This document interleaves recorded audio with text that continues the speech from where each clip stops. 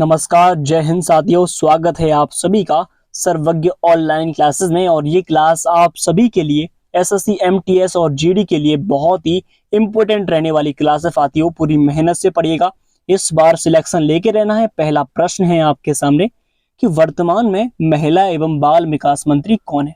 आपसे विनती है प्रत्येक प्रश्न का उत्तर कमेंट में दीजिएगा। आपके सामने ऑप्शन है धर्मेंद्र प्रधान, निर्मला सीतारमण, जयशंकर, श्रीमती अन्नपूर्णा देवी। तो साथियों, जो महिला एवं बाल विकास मंत्री उनका नाम है श्रीमती अन्नपूर्णा देवी, जो कि हाल ही में 1 महीने पहले ही बनी है, नई कैबिनेट मंत्री बनी है। इस बात को भी याद रखिएगा। आगे बढ़ता हूं साथियों, आंसर कमेंट में जरूर दीजिएगा कि वर्तमान में वित्त मंत्री और कॉर्पोरेट कार्य मंत्री कौन है। यानी कि जो मिनिस्टर ऑफ फाइनेंस है एंड जो मिनिस्टर ऑफ कॉर्पोरेट अफेयर्स है, जो वर्तमान में कौन बनी है? शिवराज सिंह चौहान, निर्मला सीतारमण, नितिन गडकरी, नरेंद्र मोदी। तो साथियों, हाल ही में जो वित्त मंत्री बनी उनका नाम है, क्या नाम है सर? निर्मला सीतारमण, जो कि बहुत सालों से लगातार बनती चली आ रही है। इन्हीं को फाइनेंस मिनिस्टर कहते हैं अंग्रेजी में, ये भी आप जानते हैं, कोई दिक्कत नहीं है। आगे चलते हैं, अगला प्रश्न है आपके सामने जो कि स्टैटिक जीके का बहुत ही इंपॉर्टेंट क्वेश्चन है कि सीमांत गांधी, जिनको इंग्लिश में कहते हैं फ्रंटियर गांधी, के नाम से कौन जाने जाते हैं? तो साथियों, जो खुदाई खिदमतगार हैं इनको कहते हैं फ्रंटियर गांधी, ये भी याद रखिएगा। खुदाई खिदमतगार फ्रंटियर गांधी कहते हैं। आगे बढ़ते हैं साथियों अगले प्रश्न की ओर।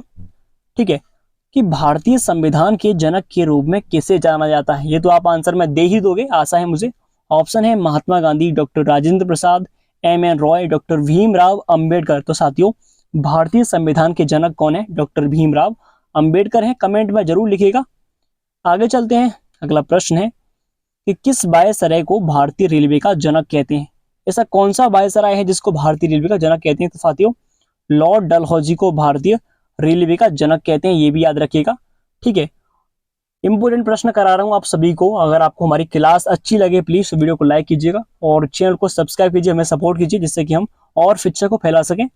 आगे बढ़ते हैं कि पृथ्वी की आयु की गणना में किस तत्व के समस्थानिक का उपयोग होता है? साथियों, आपके सामने ऑप्शन है कोबाल्ट, कार्बन, सोडियम, रेडियम।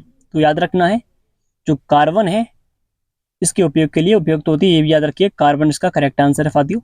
आगे बढ़ते हैं अगले प्रश्न की ओर।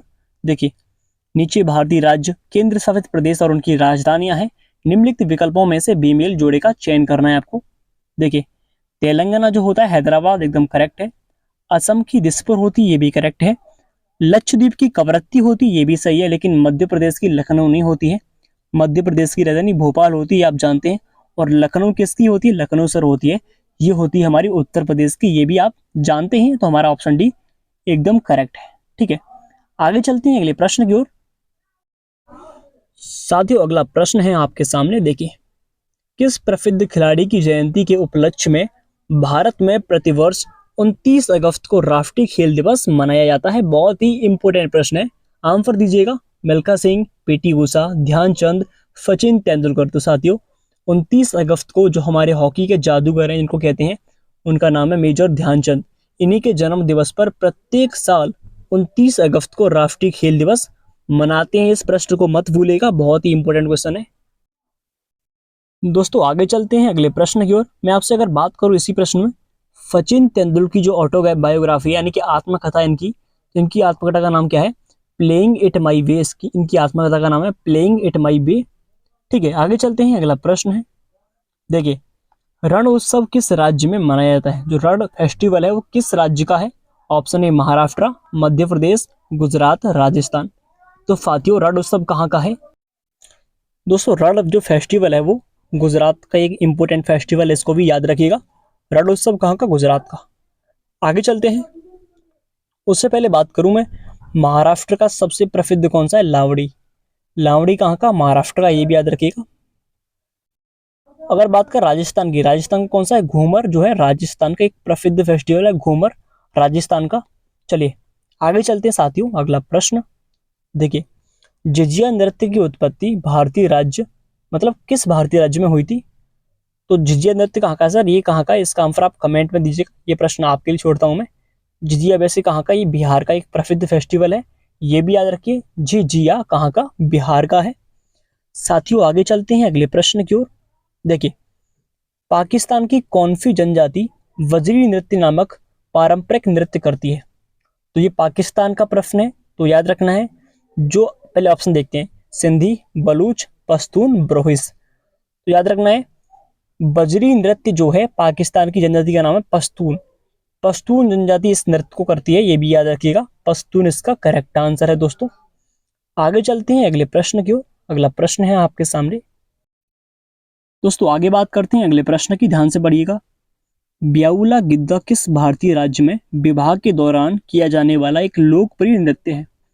तो साथियों, ब्याउला गिद्दा कहाँ का है? उड़ीसा का है, गुजरात, पंजाब, झारखंड। साथियों, जो ब्याउला गिद्दा है वो कहाँ का है? ये पंजाब का एक प्रसिद्ध फेस्टिवल है। बात करें ब्याउली गिद्दा की तो कहाँ का है? पंजाब का है साथियों, जो कि विवाह के दौरान होता है ये नृत्य, इस बात को नोट कीजिएगा। आगे चलते हैं साथियों। ये थोड़ा जो खेल है, जो थोड़ा खेल नृत्य है वो निम्नलिखित में से किस राज्य से संबंधित है? ऑप्शन है सिक्किम, आंध्र प्रदेश, हरियाणा, हिमाचल प्रदेश। तो फर्दी थोड़ा कहाँ का? थोड़ा जो है, थोड़ा फेस्टिवल जो कहाँ है? सिक्किम का एक प्रसिद्ध फेस्टिवल डांस है थोड़ा। इसको भी याद रखिएगा, भूलना बिल्कुल भी नहीं, आपकी परीक्षा की दृष्टि से बहुत इंपॉर्टेंट प्रश्न है। ठीक है, आगे चलते हैं दोस्तों। अगला प्रश्न देखिए, कौन सी पुस्तक जवाहरलाल नेहरू द्वारा लिखी गई है? Option A, a passage to India, my experiment with truth, India wins freedom, discovery of India. चलिए इसका पूरे प्रश्न का पोस्टमार्टम करते हैं। देखिए, a passage to India Jawaharlal Nehru की जिसमें पुस्तक है डिस्कवरी ऑफ इंडिया, भारत की खोज, ये पुस्तक किसकी? जवाहरलाल नेहरू की है। बात करते हैं इंडिया विंग्स फ्रीडम, ये किसकी है? ये पुस्तक है सरोजिनी नायडू की, इंडिया विंग्स फ्रीडम, जो कि सरोजिनी नायडू पूछूं कौन है? ये भारत की पहली महिला राज्यपाल थी सरोजिनी नायडू। बात करते हैं माई एक्सपेरिमेंट विद ट्रूथ, इस पुस्तक को कौन नहीं जानता? इसका हिंदी में मतलब होता है सत्य के साथ मेरे प्रयोग। ये पुस्तक आप जानते हैं महात्मा गांधी की बहुत ही इंपॉर्टेंट पुस्तक है, माई एक्सपेरिमेंट विद ट्रूथ, सत्य के साथ मेरे प्रयोग, महात्मा गांधी की पुस्तक है साथियों। आगे चलते हैं अगले प्रश्न की ओर।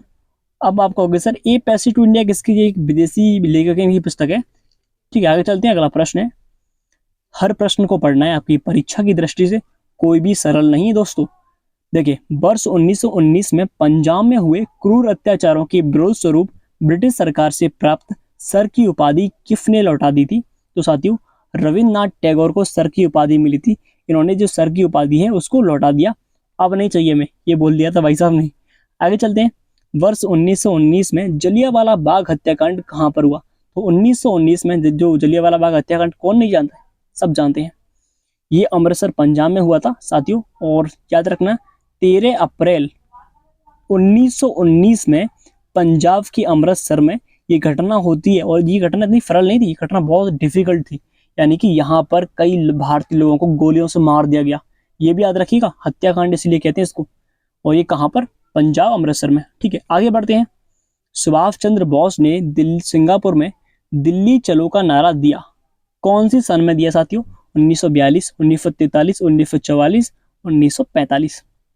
तो साथियों, 1943 में सुभाष चंद्र बोस ने सिंगापुर में दिल्ली चलो का नारा दिया, ये भी याद रखिएगा।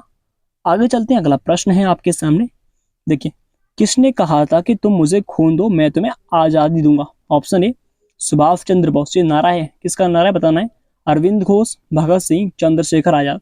तो साथियों, तुम मुझे खून दो मैं तुम्हें आजादी दूंगा, ये किसका है? ये है सुभाष चंद्र बोस का। ठीक है, आगे बढ़ते हैं।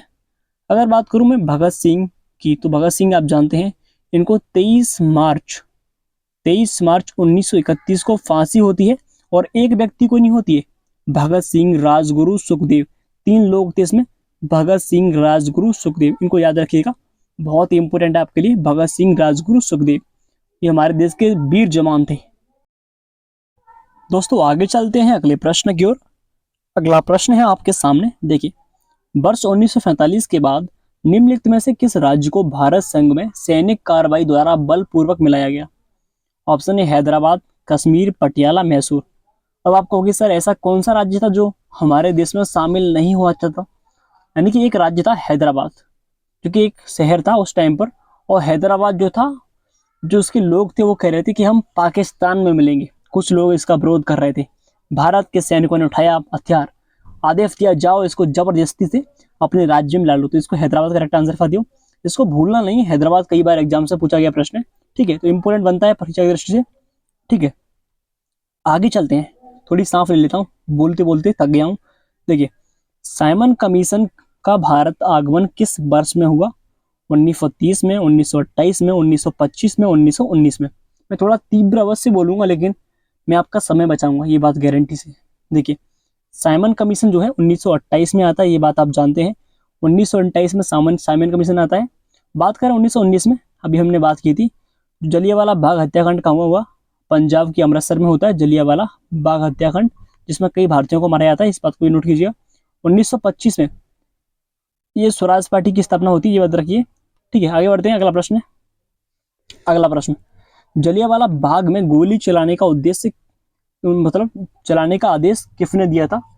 ये आपके सामने ऑप्शन प्रश्न बनता है। Option A Lord Simon, Rowlatt, H Dyer, Curzon Wyllie. तो साथियों, जो एच डायर भाई साहब थे, इन्होंने, भाई साहब नहीं, ये गधा था एक नंबर का, इसने गोली चलाने का आदेश दिया था जलियांवाला बाग हत्याकांड, जिसकी हम बात करके आए हैं। 13 अप्रैल 1919 में ये हत्याकांड होता है, और उसमें जो डायर डायर था उसने आदेश दिया इन पर गोली चलाने का, ये भी याद रखिएगा।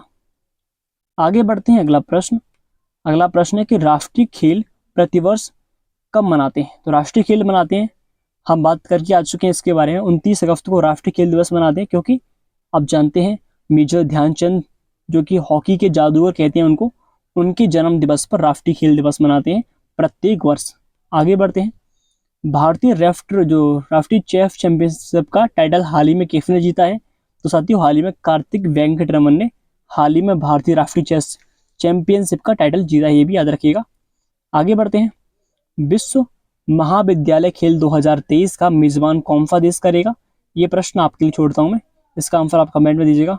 चलिए, निम्नलिखित में से कौन से देश पाक स्ट्रेट से जुड़े हुए हैं? पाक स्ट्रेट की बात करें, पाकिस्तान चीन है, या फिर भारत श्रीलंका है, उत्तर कोरिया दक्षिण कोरिया है, ब्रिटेन व फ्रांस है। तो साथियों, पाकिस्तान नहीं, भारत और श्रीलंका के बीच पाक स्ट्रेट की बाउंड्री है, इस बात को भी नोट कीजिएगा दोस्तों।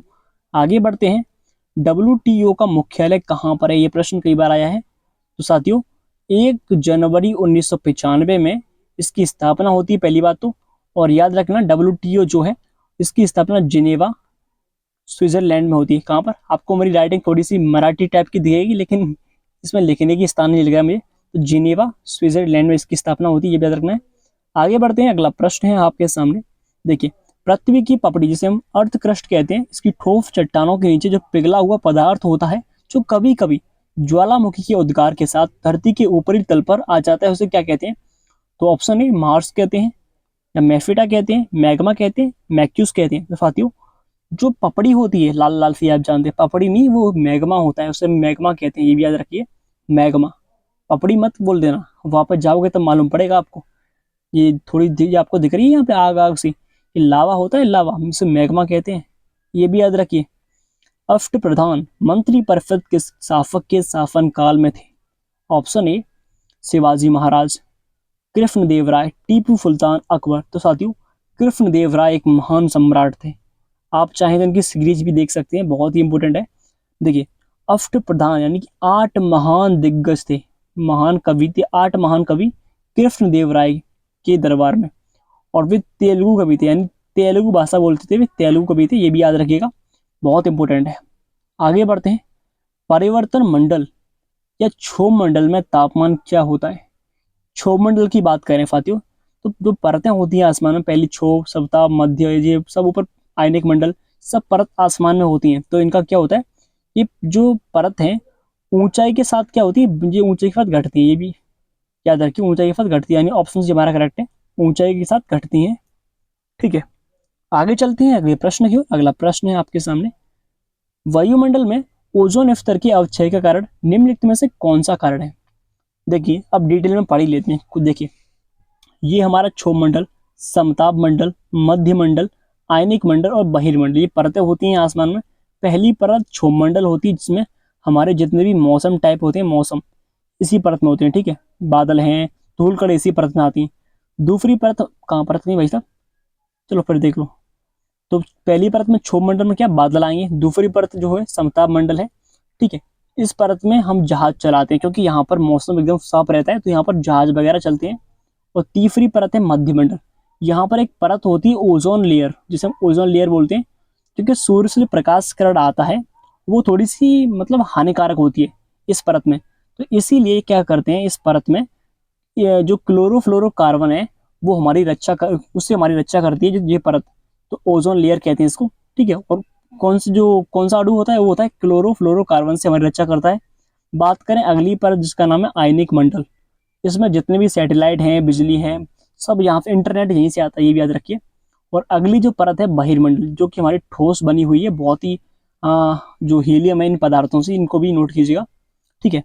आगे चलते हैं। आशा करता हूँ समझाने में थोड़ा बेहतर नहीं रहा हूँ, लेकिन आप समझ गए होंगे। आगे चलते हैं।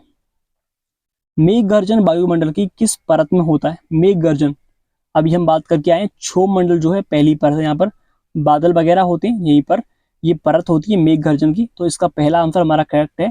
क्षोभ मंडल में मेघ गर्जन बादल होते हैं। समताप मंडल में क्या होती है, हमारे यहाँ पर जहाज चलते हैं, एकदम साफ मौसम होता है। आयनिक मंडल की बात करें, यहाँ पर हमारे सैटेलाइट होते हैं, प्रौद्योगिकी जो इंटरनेट यहीं से आता है।